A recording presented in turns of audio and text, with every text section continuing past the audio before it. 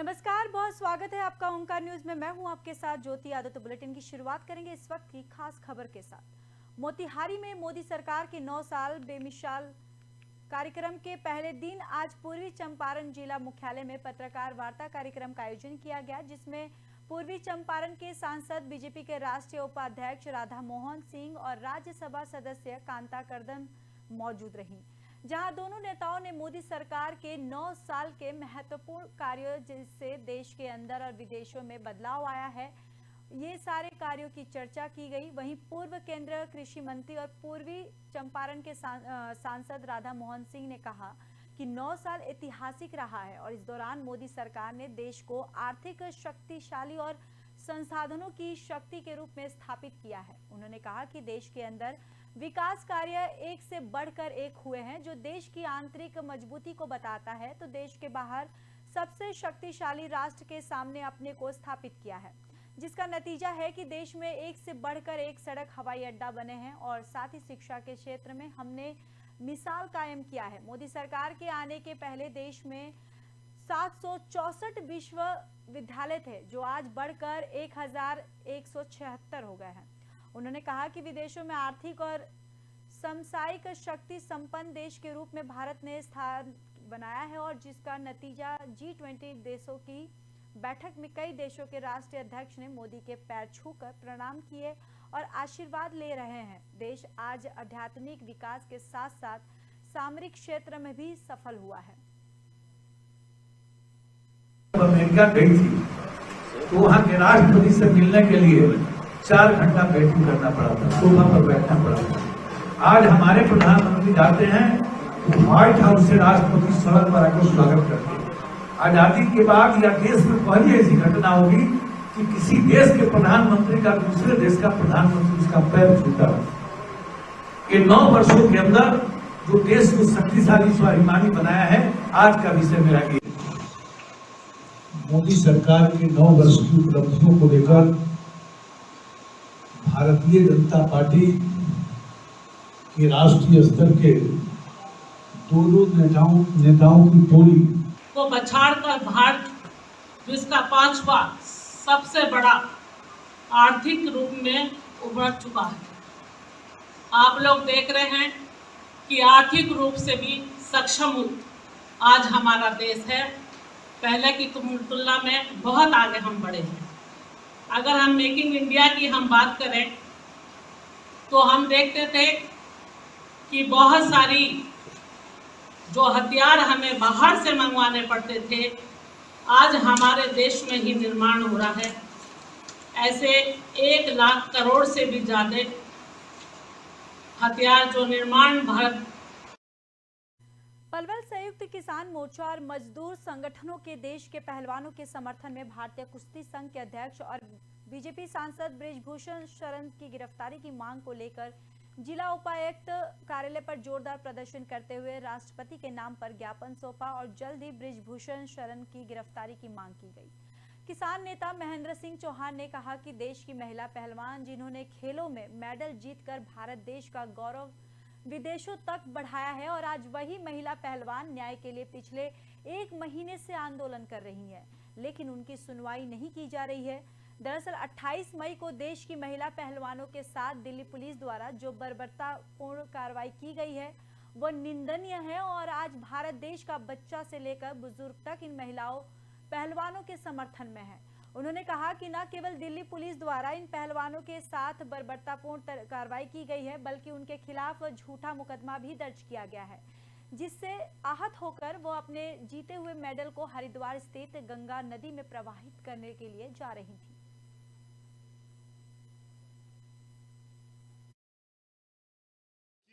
सबसे पहली बात तो मैं आपको ये बताऊं प्रेस के साथियों, हमारे किसान आंदोलन में 12 साल से लेकर के 94 साल तक के बुजुर्ग रहे थे, और आज हमारे इस आंदोलन में देखो ये बच्चा आपके पास खड़ा है, इसकी उम्र महज 7 साल है। 7 साल से लेकर के आज भी यहाँ धरने पे 85 वर्ष तक के हमारे किसान साथी इसमें शामिल हैं। इसलिए आज का जो विषय है वो ये है कि हमारे देश की जो स्टार महिला पहलवान थी, उनके साथ जो अन्याय इस भारतीय कुश्ती संघ के अध्यक्ष ने ब्रजभूषण शरण सिंह सांसद ने जो किया है, जिसकी पिछली लगभग 4 महीने से लड़ाई जारी है, 1 महीने 10 दिन इस समय जंतर मंतर के आंदोलन को चलते हुए हो गए हैं। उस लड़ाई में आज पूरे देश का हर वर्ग, किसान, मजदूर, कर्मचारी, महिला, व्यापारी सब साथ है और जो इन्होंने किया है उसके लिए पूरा देश एक लाइन में खड़ा है। हम सब की मांग है कि इन बेटियों की जो बात है उसके आधार पर इस अपराधी को गिरफ्तार किया जाए, सलाखों के पीछे भेजा जाए। इस पे पॉस्को जैसे मुकदमे कायम हैं, जबकि आम तौर पे पूरे देश में आईपीसी के अंदर ये होता है 24 घंटे के अंदर 164 के बयान हो, पॉस्को का मुकदमा हो, गिरफ्तार किया जाता है। लेकिन लगभग 1 महीना सुप्रीम कोर्ट के निर्देश पे FIR को हो गया, आज तक उस व्यक्ति को गिरफ्तार नहीं किया गया है, बल्कि न्याय मांगने वाली उन बेटियों को जो पिछले लगभग जनवरी से ही संघर्षरत हैं, पिछली 28 तारीख को इतनी बेरहमी के साथ उनके साथ सलूक किया गया।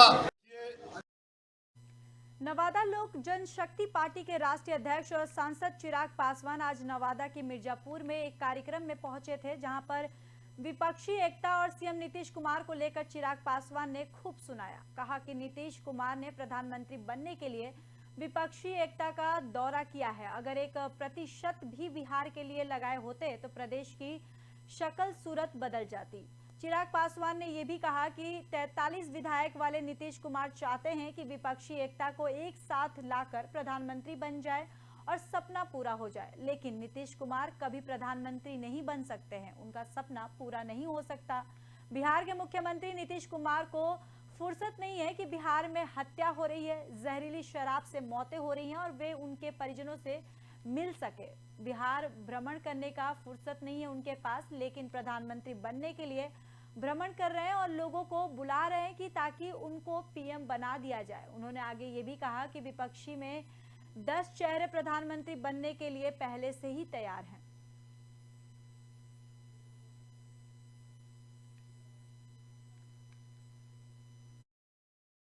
प्रदेश के मुख्यमंत्री नहीं बन पाए, वो प्रधानमंत्री बनने और बनाने की बात करते हैं तो ये हास्यास्पद लगता है। मुख्यमंत्री क्यों नहीं बन पाई, ये बात मैं इसलिए कह रहा हूँ क्योंकि 2020 में बिहार की जनता ने किसी को भी चुना हो, पर उन्होंने मौजूदा मुख्यमंत्री नीतीश कुमार जी को मुख्यमंत्री के लिए नहीं चुना। चुना होता तो तीसरे नंबर की पार्टी नहीं होती, चुना होता तो आधे से ज़्यादा प्रत्याशी इनके चुनाव नहीं हारे होते। आज किसी की कृपा पर, किसी की दया पर और परिस्थितिवश ये मुख्यमंत्री बने हुए। नवादा में असले सुबह मतवाला हाथी एक महिला के लिए यमराज बनकर पहुंचा, जहां हाथी ने महिला को कुचलकर मौत के घाट उतार दिया है, जबकि एक महादलित के घर में घुसकर जमकर उत्पात भी मचाते हुए घर को क्षतिग्रस्त कर दिया। वही घटना के बाद ग्रामीणों ने इसकी सूचना वन विभाग को दी, लेकिन वन विभाग कोई संज्ञान नहीं लिया, जिससे विभाग के प्रति ग्रामीणों ने काफी आक्रोश देखा गया। हालांकि सूचना मिलते ही वरिष्ठ सिलिंगगंज के अपर थानाध्यक्ष सह प्रभारी थानाध्यक्ष राजू कुमार दल बल के साथ घटनास्थल पर पहुंच गए और राहत कार्य में जुट गए हैं। वहीं शव को अपने कब्जे में लेकर पोस्टमार्टम के लिए सदर अस्पताल भेज दिया गया। वहीं मिली जानकारी के मुताबिक गुरुवार की सुबह लगभग 5 बजे नवादा जिला अंतर्गत वारिसलीगंज थाना क्षेत्र के बल्लभपुर गांव के वधार में रहे पानी भरा तालाब में एक हाथी बैठा था। तभी शौच करने बाहर गए एक युवक ने हाथी पर ढेला फेंकने लगा, जिससे गुस्साए हाथी ने युवक को खदेड़ते हुए गांव स्थित पप्पू भांजी के घर घुसकर जमकर उत्पात मचाते हुए घर को क्षतिग्रस्त कर दिया है।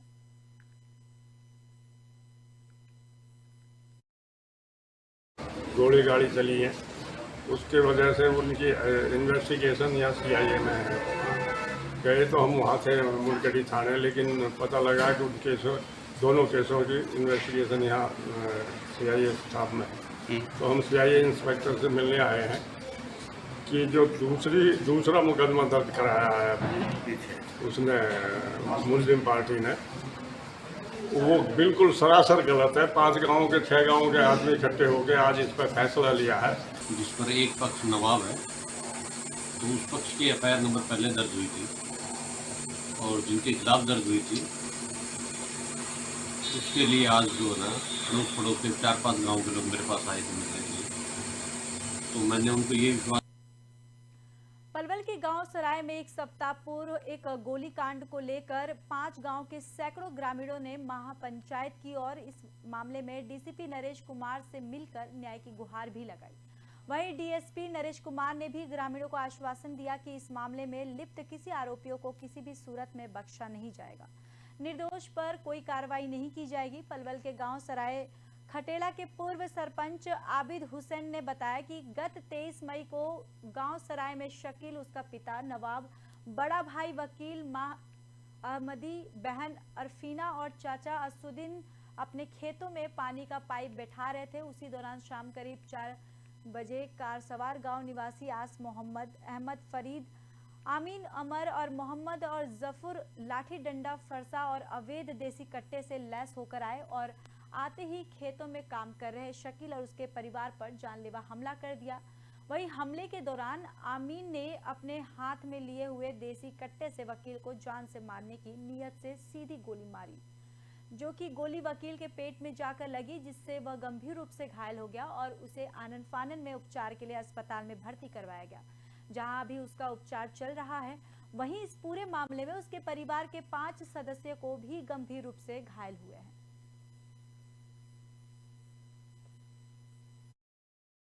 गोली गाड़ी चली है, उसके वजह से उनकी इन्वेस्टिगेशन या सीआईए में है।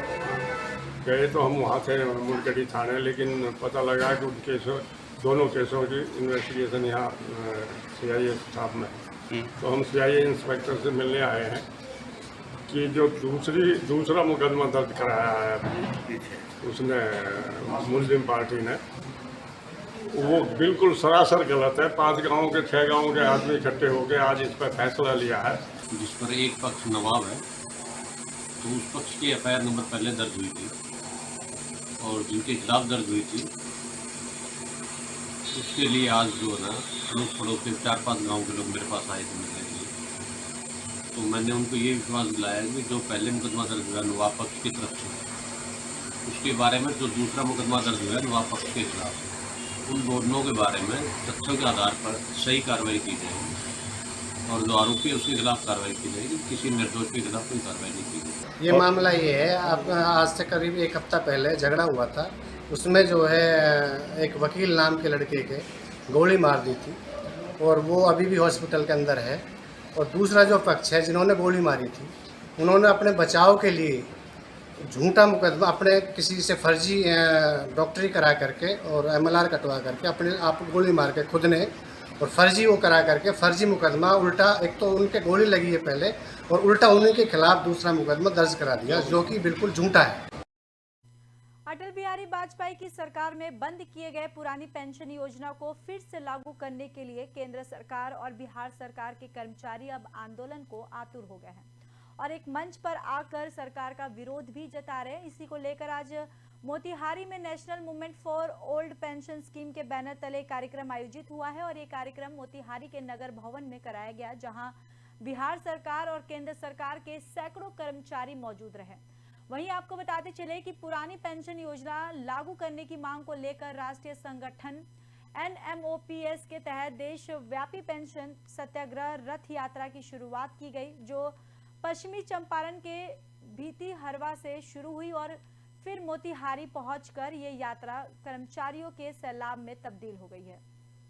वहीं इस यात्रा के मोतिहारी पहुंचने पर शहर के नगर भवन में कार्यक्रम का आयोजन किया गया, जिसमें मुख्य अतिथि के तौर पर संगठन के राष्ट्रीय अध्यक्ष विजय कुमार बंधु ने भाग लिया और वहीं इस कार्यक्रम के अध्यक्षता संगठन जिलाध्यक्ष धर्मवीर चौधरी कर रहे थे। वहीं इस मौके पर मीडिया से मुखातिब होते हुए संगठन के राष्ट्रीय अध्यक्ष विजय कुमार बंधु ने सरकार को चेताते हुए कहा कि जो हमारी बात करेगा उसकी बात हम करेंगे, नहीं तो आगामी 2024 के चुनाव में इस मांग का असर दिखेगा। उन्होंने कहा कि पुरानी पेंशन योजना की मांग जायज मांग है, क्योंकि देश की रक्षा करने वाले जवानों को पेंशन नहीं मिले और माननीय पेंशन से बढ़ोतरी की जाती है। भला ये कौन सा राष्ट्रवाद है।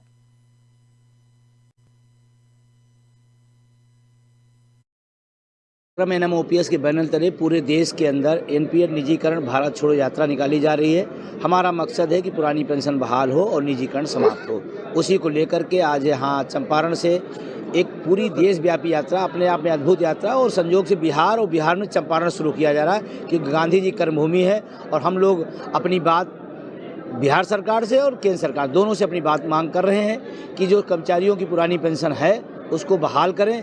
5 राज्यों बिहार की पंचायत स्तर की राजनीति अब गाली गलौज तक नीचे आ गिरी है। इस तरह का एक मामला मोतिहारी में सामने आया है, जहां एक MLC पुत्र के द्वारा कुछ वार्ड सदस्यों को गाली देने और धमकाने का मामला सामने आया है, जिसका ऑडियो सुन रहे हैं आप।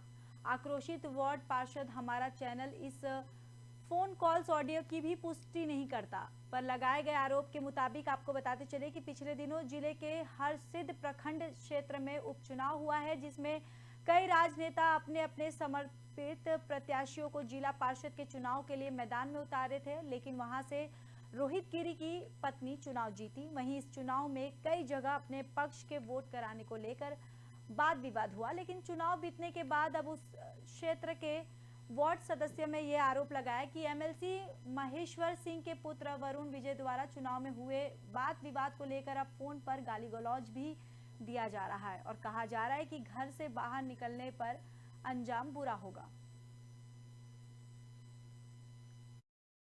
विकास कुमार तिवारी, वार्ड सदस्य संघ के जिला अध्यक्ष हूँ। कल हम सभी एक बैठक कर रहे थे, तब तक मेरे नंबर पर एक रॉन्ग अनजान नंबर से फ़ोन आया, जिसमें बताया गया कि मैं MLC पुत्र वरुण विजय बोल रहा हूँ। तुम्हारे द्वारा मेरे पिताजी को गाली दिया गया है, जबकि ऐसा मैंने कहीं पे गाली नहीं दिया है। उनके द्वारा ये भी आरोप लगाया गया कि 18 जिला परिषद चुनाव में तुम मदद नहीं किया। तो ये लोकतंत्र है, अभी अभिव्यक्ति की आज़ादी है, हम जिसको चाहे समर्थन दे सकते हैं। मैंने रोहित गिरी के साथ उनके समर्थन में था और उनको चुनाव मैंने हम लोग जिताए, उनके साथ हम लोग चुनाव जीतने के बाद गए भी थे। इसी को लेके वो मैंने हमको आवेश में आके इतना अभद्र गाली दिए हैं जिसको मैं बयान नहीं कर सकता हूँ। उसके बाद वो जान मारने की धमकी भी दिए, बोले कि तुम कब तक घर में छिपे रहोगे, कभी तो निकलोगे, कहाँ है, तुम निकलोगे तो हम तुमको जान से मार देंगे। ये वरुण विजय बोले उनके पुत्र। हाँ, और उसके बाद आज भी जो वाद मेरे ये पंचायत के 6 नंबर वार्ड पति हैं, इनके नंबर पे भी आज फ़ोन करके अभद्र गाली दिया गया। उनके द्वारा बोला गया कि कब तक वो घर में रहेगा, कभी तो निकलेगा। इसी को लेकर हमारा औरंगाबाद जिले के डिबरा थाना क्षेत्र में देव बालूगंज पथ पर बिशनपुर चट्टी बाजार के पास आज दोपहर अचानक चलती बस में आग लग गई। आग लगते ही वाहन के चालक और कंडक्टर और खलासी गाड़ी से कूदकर फरार हो गए। वहीं आग कैसे लगी है इसका कारण अभी भी स्पष्ट नहीं हो सका है, लेकिन लोगों का मानना है कि यह आग बढ़ती तापमान की वजह से लगी है।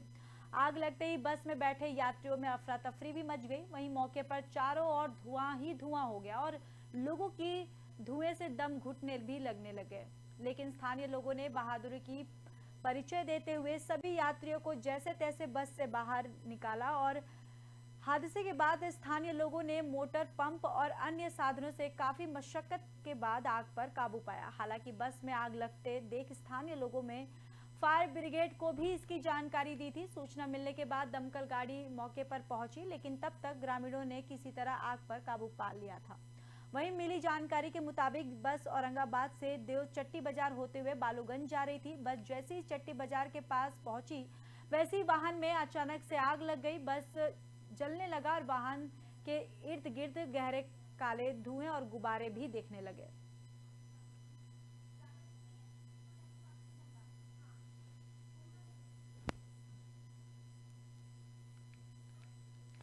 वहीं कार्यालय परिसर में 1 दिवसीय खरीफ महाअभियान प्रशिक्षण शिविर का आयोजन किया गया। इस प्रशिक्षण शिविर में खेती की नई तकनीक और उम्दा पैदावार की जानकारी दी गई।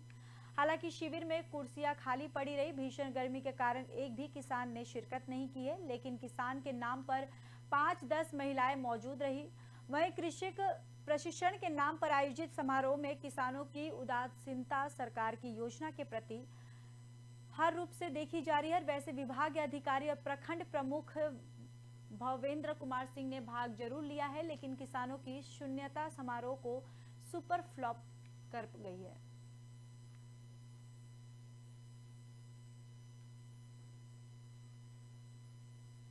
वहीं पुलिस को जिंदा जलाकर मारने वाले कुख्यात अपराधी अजय सिंह को मुजफ्फरपुर पुलिस ने गिरफ्तार कर लिया। इसकी जानकारी बुधवार को डीएसपी पश्चिमी अभिषेक आनंद ने दी है। डीएसपी पश्चिमी ने बताया कि साल 2007 के जनवरी में बरूराज थाना अंतर्गत मोहम्मदपुर गंग निवासी बैगनाथ सिंह के घर से 20 किलो अवैध गांजा की रखने जाने की सूचना मिली थी। वहीं पुलिस की टीम जब उक्त स्थल पर छापेमारी करने गई तो 2 लोगों को 20 किलो का गांजा साथ गिरफ्तार भी किया। वहीं एक अपराधी इस मामले में फरार चल रहा था। डीएसपी पश्चिमी ने बताया कि जब पुलिस की टीम उक्त स्थल पर छापेमारी कर रही थी उस समय 3 लोगों ने मिलकर पुलिस पर हमला भी कर दिया, जिसमें किरासन और पेट्रोल पुलिस वालों पर फेंक गया और साथ ही लालटेन भी फेंक दिया गया, जिसमें एक पुलिसकर्मी की जलकर मौत हो गई। और इस मामले में विगत 16 सालों से कांड के नामजद अभियुक्त अजय सिंह फरार चल रहे थे, जिसकी गिरफ्तारी के लिए बरूराज थाने की पुलिस लगातार छापेमारी कर रही थी। और इसी दौरान मंगलवार को गुप्त सूचना के आधार पर कार्रवाई करते हुए पुलिस ने कांटी थाने के कोल्हुआ गांव से अजय सिंह को गिरफ्तार कर लिया। गिरफ्तारी के बाद उसे न्यायिक हिरासत में भेजने की कवायद शुरू कर दी गई। दरअसल ये मामला मुजफ्फरपुर जिले के बरूराज थाने का है, जहां पे विगत 2007 में एक एनडीपीएस का केस हुआ था। उसका केस नंबर भी है 17/7/2007 का केस है और उसी के साथ एक 18/7 केस हुआ था। दरअसल मामला ये था कि उस वक्त जो तत्कालीन थानेदार थे और जो पुलिस अधीक्षक थे उनको एक सूचना मिली थी 20 किलो गांजा किसी घर में होने का। पुलिस ने टीम बनाकर उस दौरान वहां पे छापेमारी की थी, जिसमें 20 किलो मादक द्रव्य गांजा बरामद हुआ था। उसके साथ वहां पुलिस ने 2 गिरफ्तारी की थी, एक गिरफ्तारी की थी और एक गिरफ्तारी बाद में की। और एक जो तीसरे आदमी थे जिनका नाम अजय सिंह है, ये सब मोहम्मदपुर गंग करके जो गाँव है वहाँ के हैं। इन लोगों की पुलिस वहाँ गिरफ्तारी करने की कोशिश कर रही थी गांजा बरामद करने के साथ, तो उनके द्वारा रिटेलिएट किया गया और वहाँ पे मौजूद हमारे पुलिस वालों के ऊपर उन लोगों के द्वारा गरम तेल फेंका गया था। गरम तेल, केरोसिन और ये लैंप जो उस वक्त यूज़ होता था उसको फेंका गया, और पुलिस वाले को जलाने की कोशिश की गई। इस दौरान वहाँ पे हमारे एक जो सैप के जवान थे जो अब स्मृति शेष हो गए हैं, प्रदीप जी, उनके ऊपर इन लोगों ने ऐसा हमला किया था जिससे उनकी मौके पे ही उनका बॉडी जल गया था, काफ़ी उनको क्षति हुई थी, जिसके ऊपर एक और केस दर्ज हुआ 18/7। इस 18/7 में भी इन 3 लोग थे जिन लोगों ने इनके ऊपर हमला किया था, जानलेवा हमला। और ये केस दर्ज करने के बाद ही प्रदीप जी की मृत्यु हो गई थी उस इंजरी से। उसमें 2 लोग जेल में थे, बट एक जो अजय सिंह है वो फरार चल रहे थे। लगातार छापेमारी और रेड करने के बावजूद अभी तक उनकी गिरफ्तारी नहीं हो पाई थी। इसी दौरान पिछले कुछ दिनों से बरूराज थाना इस केस के ऊपर पटखली लगा हुआ है, चूँकि हम लोग ऐसे जो पुराने कुख्यात क्रिमिनल बच्चे उनको पकड़ने की कोशिश लगातार जारी है। तो उसमें बरूराज थाना के द्वारा इनके ऊपर काफ़ी दिन से काम किया जा रहा था और कल इनकी गिरफ्तारी कल बरूराज थाना को खबर मिला जहां पे इनकी गिरफ्तारी। वहीं पलवल के डिटेक्टिव स्टाफ की टीम ने पपला गुजर गैंग से जुड़े एक सदस्य और उसके 2 साथियों को गिरफ्तार करने में बड़ी सफलता हासिल की है। पुलिस ने आरोपियों के कब्जे से 5 अवैध देसी कट्टा और 7 जिंदा कारतूस भी बरामद किया है।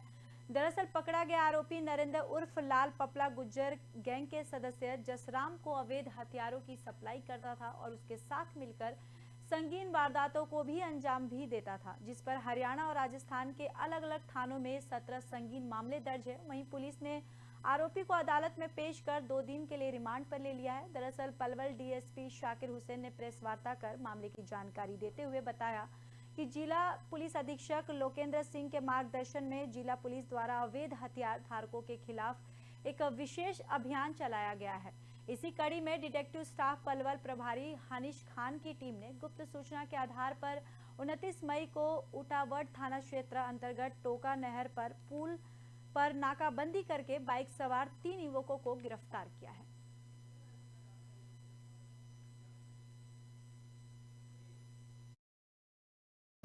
जिला पलवल के एसपी श्री लोकेंद्र सिंह के दिशा निर्देश अनुसार जो इलीगल वेपन्स के खिलाफ मुहिम चलाई हुई है, उसके एक संदर्भ में डिटेक्टिव स्टाफ के इंचार्ज अनीस खान की टीम ने 29/5 को नाकाबंदी के दौरान टोंका गांव है अपने उटावड़ थाने के अंदर, वहां पर नाकाबंदी के दौरान एक मोटरसाइकिल पर 3 व्यक्तियों को पकड़ा जिनमें नरेंद्र, मोनू, मंजीत, जिनकी तलाशी के दौरान नरेंद्र से 3 कट्टे और 7 राउंड 315 बोर के और मोनू से 2 और मंजीत से 2 राउंड तो ये बरामद हुए। बरामद होने के बाद उनसे पूछताछ हुई। पूछताछ पर जो ये नरेंद्र है, नरेंद्र बहरौड़ का रहने वाला है, जो पपला गुजर गैंग से संबंध रखता है और उनके साथी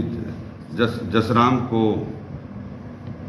हथियार सप्लाई करता है और वो ये हथियार जो उन्होंने सप्लाई करता तो नरेंद्र पपला गुजर गैंग की उनको यूज किया है।